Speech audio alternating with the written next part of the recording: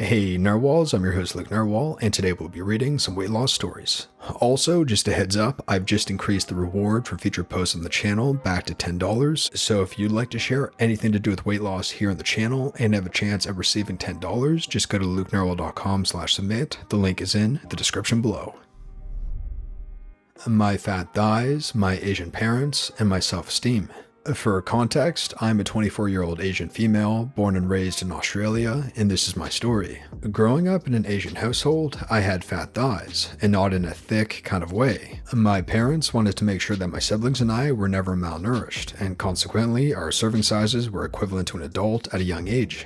It also didn't help that they would cook delicious Asian dishes that were very high in carbohydrates. As stereotypical as it is, there was also significant emphasis on education during early childhood, and this meant sitting in front of a table for several hours on end just studying. This was the case through primary school and all the way to the end of university. Extracurricular activities like sports would only interfere with my studies, and God forbid if my grades dropped.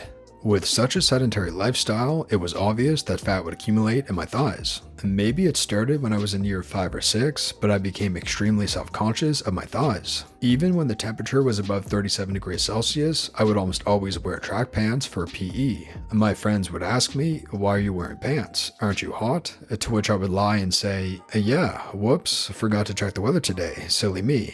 I say almost because there was only one time that I wore PE shorts. It was an extremely hot day in the mid to high 40 degrees Celsius, and I couldn't bear to wear track pants. I was in year 6 and playing soccer for PE, thighs exposed and jiggling, and I remember some classmates calling me to talk to them. I naively walked up to them, and I immediately regretted that decision, as they proceeded to make it obvious that they were looking me up and down, judging my fat thighs and smirking to one another. That was the first and last time I wore PE shorts to primary and high school. During compulsory swimming classes, I would wear my dad's swimming shorts on top of my one-piece bathing suit to hide the majority of my legs. I would try to tense my thighs when I sat to try to make my thighs look smaller. My casual clothes never consisted of shorts or skirts, just clothes that would hide my body. Asian relatives are really judgmental, harsh, and also hypocritical, especially the aunts. One moment they tell me I need to lose the weight, and the other moment they're forcing me to eat beyond my limit for various reasons such as I'm too skinny, I mustn't waste food, to try their dish, or risk insulting their cooking skills. In high school and university, I tried various ways to lose weight, but they were all unsuccessful due to my lack of self-discipline, motivation, and parental interference. I tried intermittent fasting, but my dad threatened to disown me, and my mom would cry until I promised I stopped. She told me it breaks her heart when I don't eat breakfast, even though I will, but just at a later time. My dad doesn't approve of me being a vegetarian because he strongly believes you need to eat meat to get enough nutrients and energy. When I try to limit my food portions during dinner time, my parents would worry if I'm sick or dislike their cooking. I wasn't allowed to run because that's unladylike. I was, however, allowed to go swimming, but I absolutely refused. I was resolute in not letting anyone see my exposed thighs, absolutely, over my dead body. During university, my mom would pack my lunches. I appreciated how much my parents would care for my siblings and I, but that also meant I had no control over my meals. I wasn't allowed to buy my own groceries since there wouldn't be enough space in the fridge, and my parents would get upset if I interfered with their family meal plans. It was only in my final year of university, where I had clinical placements away from home, that I was able to finally take control over my meals. I enjoyed planning my grocery list, meal prepping, and eating the food I cooked. They were by no means fancy, but it was healthy food that I wanted to eat to nourish my body. By the end of 2019, I graduated, and in the following months, I moved to a different state in Australia to work at my ideal workplace. And now that I was away from home, I was finally free to have control of my health and fitness. 1 month after I started working, I started training with a personal trainer. From my past experiences, I knew that I would struggle to keep the motivation to exercise by myself. I needed someone to keep me accountable and to guide me to push myself beyond my limits. I'm not a morning person by any means, but I've also admired people who do wake up early in the morning and exercise. I admired that self-discipline. I wanted to be that kind of person. And do you know what else I wanted? I wanted to be able to feel comfortable wearing skirts, shorts, and dresses. I wanted to be the best version of myself. I wanted to be able to love myself. It's been roughly 9 months since I started personal training and taking control of my nutrition. I developed a love for weight and strength training.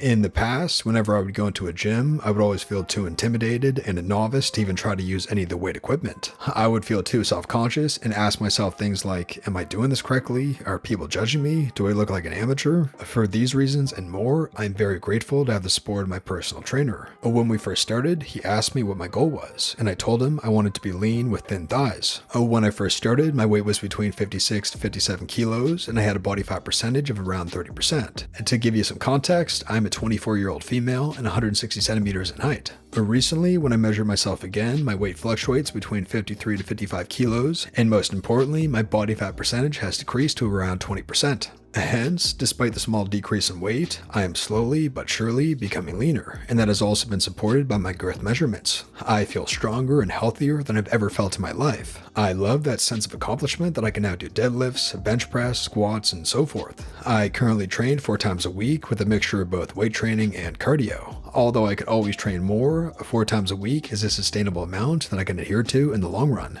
My thighs are still a work in progress, but I am proud of my achievements and I'm committed to continuing to look after myself. I recently bought a skirt and I hope to be able to wear it in public sometime in the foreseeable future. I have also shared my progress with my family members. My siblings are incredibly supportive and my brother even admitted to me that he fears that I'm now stronger than him. My parents are still worried I'd overdo it and injure myself or become some kind of buff muscular woman, to which I laugh and reassure them that that's not the case. My dad still reminds me to eat meat. Please note, I'm not vegetarian or vegan. As some things have changed and some things will always stay the same. I love my parents. I am happy with the love and effort I've dedicated to my body. I will keep working hard to love myself now and even in the future. Thank you for listening to my story about my thighs, my parents, and my growing self-esteem. I wish you all the best in your fitness journey. The surprising challenge of weight maintenance. Losing weight is so hard. To anyone who has lost weight or is working on it, well done. To anyone who has also worked on or is working on gaining weight to reach a healthy weight, well done. I'm proud of all of you choosing to try to be the healthiest, best version of you. However, I have found that after all the hard work, weight maintenance is the hidden challenge waiting to greet you afterward crossing the finishing line. I always found it surprising that I actually had to continue to work myself even after the number on the scale said we were finished. I'm 23 years old. I've lost 5 stone once in my lifetime and 3 stone another time. I don't want to do this again. Life is short and weight loss takes some serious time. It is worthwhile, don't get me wrong, but I don't want to revisit it regularly. I'm nearing the end of my weight loss journey, and it is only now that I'm beginning to contemplate how to ensure that I don't have to walk that road again. And many people lose weight, gain it back, and then working on losing it again, over and over again. I don't want to dedicate any more time to this, so this time I am choosing health as a constant, not a one-time goal. But I haven't found the best method to maintain my weight yet. However, I already see some opinions I can choose. Example, regular exercise, 80% healthy food, 20% treat foods, and finding some accountability beyond this. Isn't it crazy that so much talk is given to losing weight, but not how to live and maintain a healthy weight? I've heard many times that it needs to be a lifestyle change, and I agree. Clearly, how I was living previously wasn't the best for me, but I also want to be able to have some flexibility, to enjoy my food and learn to be relaxed about it. I don't want to be constantly battling myself to choose health.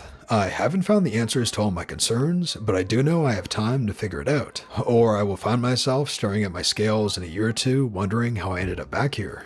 Allowing myself time to research and try new methods to maintain weight may actually be just as crucial as it was to find ways to lose the weight. This may not be news to most people, but to me, it will be the first time I've given it much thought. Ultimately, I think my conclusion is, weight loss isn't the finish line, but just the beginning. It is the beginning of working on being healthy, the beginning of being physically able to do more things, the beginning of building a better relationship with food. And today is just the start, and I can't wait to see where I go. And that brings us to the end of the video, Narwhals. If you enjoyed this video, be sure to give it a like and subscribe for more weight loss stories just like this.